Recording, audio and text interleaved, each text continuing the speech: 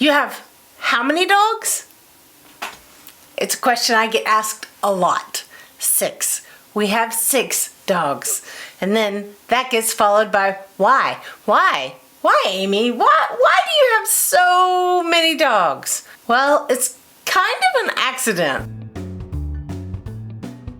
Hi, welcome to Vlogmas Day 10. Day 10 was filled with committee meetings and administrative work and absolutely nothing interesting to film. Oh, and a migraine and a nap and a lot of errand running. Like I say, absolutely nothing to film. So I thought this would be a great opportunity for you to meet my doggy family. Many of you asked when you saw them in the day 1 vlog, and I've gotten a lot of comments asking about the dogs over the year that I've been doing this because I mention them often. Today I'll tell the story, and to do that I have to go way back to the beginning to when we got our first dog of this group, Daisy. Daisy is my little brown dog. We had 2 beagles at one time, and they were vintage. They lived 14, 15 years, and then we lost them sort of close together. And that's part of the promise you make when you have dogs, is that you see it through to the end, but it is gut-wrenching every single time. And so I was not ready for a doggy yet.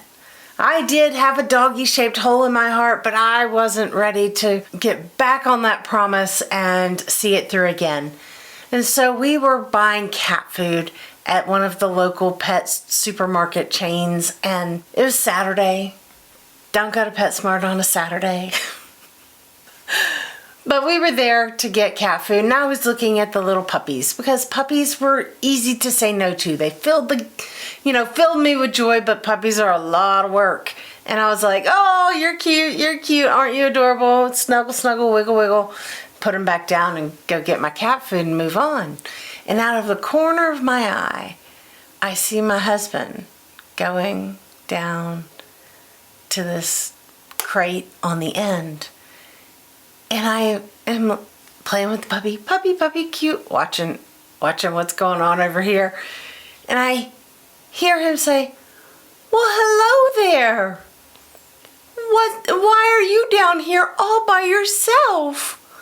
What's your name, little doggy? And I look over, and there's this homely, scraggly, rough-looking little dog, older dog, adult dog, in this crate. All by herself. Nobody's paying any attention to her. And I've got this little wiggly puppy in my hands. Little wiggly puppy. And I was like, oh crap, we're getting a dog. Because Casey and I have a problem.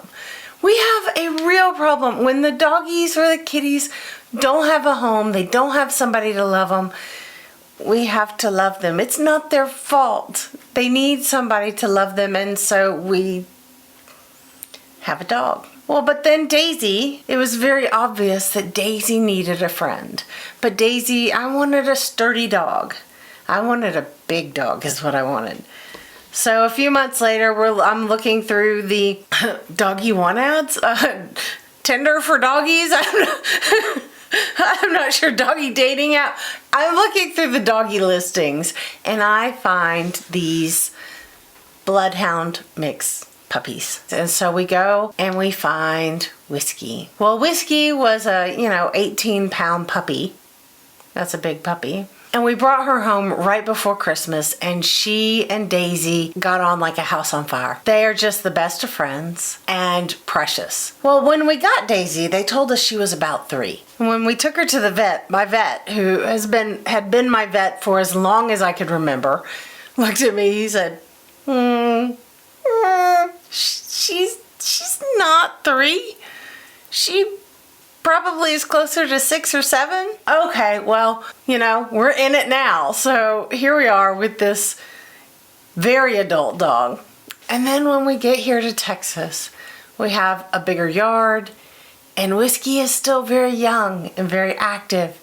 And it got to the point where Whiskey would go out to play. We'd be like, girls, come on, go outside. Whiskey would go out, and she'd turn around and she'd get down like this, and she'd be like, come on. Well, by this time, Whiskey's 90 pounds and Daisy maybe weighs 30 and she's 9. And Daisy would look at me and she'd be like, no, I'm good. I'll hold it. I don't need to go out there and get clobbered by the wild dog. Okay, now Whiskey needs a dog. Whiskey needs a dog so Daisy can stop coming in with a limp. And we needed a sturdy dog. So I went looking through the doggy tender apps again and was looking for a sturdy dog. Maybe a dog that wasn't a puppy because that's a pain, that's a lot of work, you know, a little bit older. And so I found this dog with these crazy ears, brown dog with these crazy ears. And I was like, oh, this dog needs a home. This dog is in the same boat that Daisy was in at the beginning, right? And so I dig a little deeper and I'm looking at the photos, and there's not just one dog, but there are 4 dogs. There are 4 dogs that are about 6 months old. And they're at that awkward, gangly teenage phase. And then when they took the pictures, when they found them and took the pictures, they were in a little bit rough shape. So of course that's pulling at my heartstrings because I want to save all the babies. But I'm looking at them and they're all snuggled up together, looking at the pictures, and I'm like, we can't have 4 more dogs. We can't do it. That's just crazy. Then I made the biggest mistake ever and I showed Casey the pictures. And Casey's like, well, we need these dogs. I was like, well, which one? He says, well, we need these dogs. I was like, okay. So we call and they're like, oh, you want all 4 dogs? I'm like, well, they're a package set, right? They said, well, they kind of are. So we struck a deal with them. We're talking to the agency. Agency's just down in South Austin. We're like, okay, great. Well, can we come and get them? And they're like, well, the dogs are in Victoria. Now, guys, I don't know if you know where Victoria is in relationship to Austin, because I certainly didn't. But Victoria is all the way down to the coast, south of Houston, a little bit west of Houston, 3.5 hours. Okay, so we drive to Victoria and we get there and they say, well, which dog did you want? Were you interested in? And they had given them like temporary names. And I was like, no, we're here. No, we're here. We drove here. They're all our doggies. I named them before we got here. They're named Missy, Molly, Maggie, and Max. And they're ours. Can we just get them in the car and get them home? Well, we got them in the car and we drove them home, and it was fraught because they were terrified. But they have turned out to be the absolute sweetest, most amazing dogs. And they're genuine mutts. They are genuine mutts, and they all have a little bit of backstory. They all have a little bit of trauma, but we just love them through it. And we have, from the top, we have Daisy, Whiskey, Maggie, Missy, Molly, and Max. Max is our only boy, and we love them so much. And they are so much work and so much reward. Come here, babies. Who we got? Who we got? Who we got? We got Whiskey. We got the Whiskey dog. Yeah, we got the Maggie. And there's Daisy. Oh, no.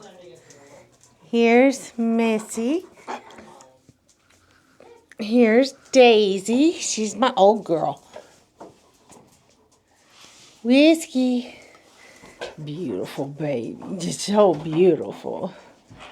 You're so beautiful. Whiskey. Hi, Max. Hi, Missy. Hi, buddy. Let me see your handsome face. Let me see your sweet, handsome face.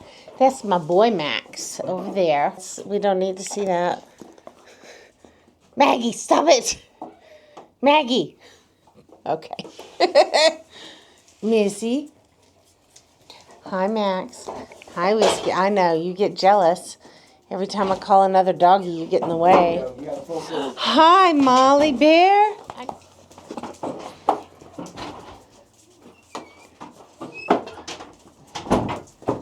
Oh, you didn't want to do one at a time. It's a swarm of dogs. It's a swarm of dogs and they all love Casey. Oh, it's a swarm of dogs. It's so many dogs. Hi, Maggie. This is my Maggie dog. And that's the story of how we accidentally have 6 dogs. Oh, and in case you think we weren't crazy enough, we also have 4 cats. That's another meet and greet for another day. Yesterday, I asked you about your least favorite Christmas song, and the comments have been just wild and hilarious, and I've had the best time going through them and talking to all of you. Now, if there were a contest, if we were taking a ranking and a poll, the number one most hated Christmas song amongst the crew is Grandma Got Run Over by a Reindeer.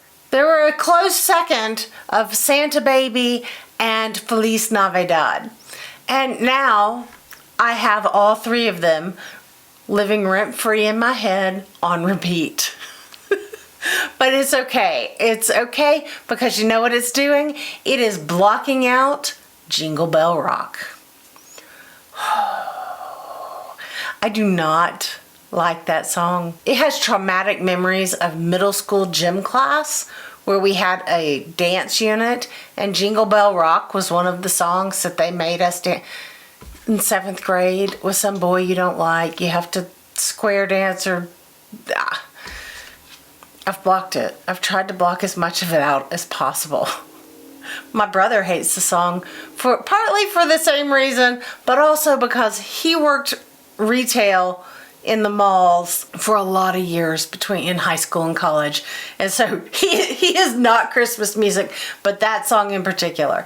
Jingle Bell Rock is not my jam. So today what I want to do, I want to know what is your favorite movie to watch during the holiday season. Now it doesn't have to be a holiday movie. My favorite, and one we don't go without, is Die Hard. And I know there's a lot of controversy about is it a Christmas movie, is it not?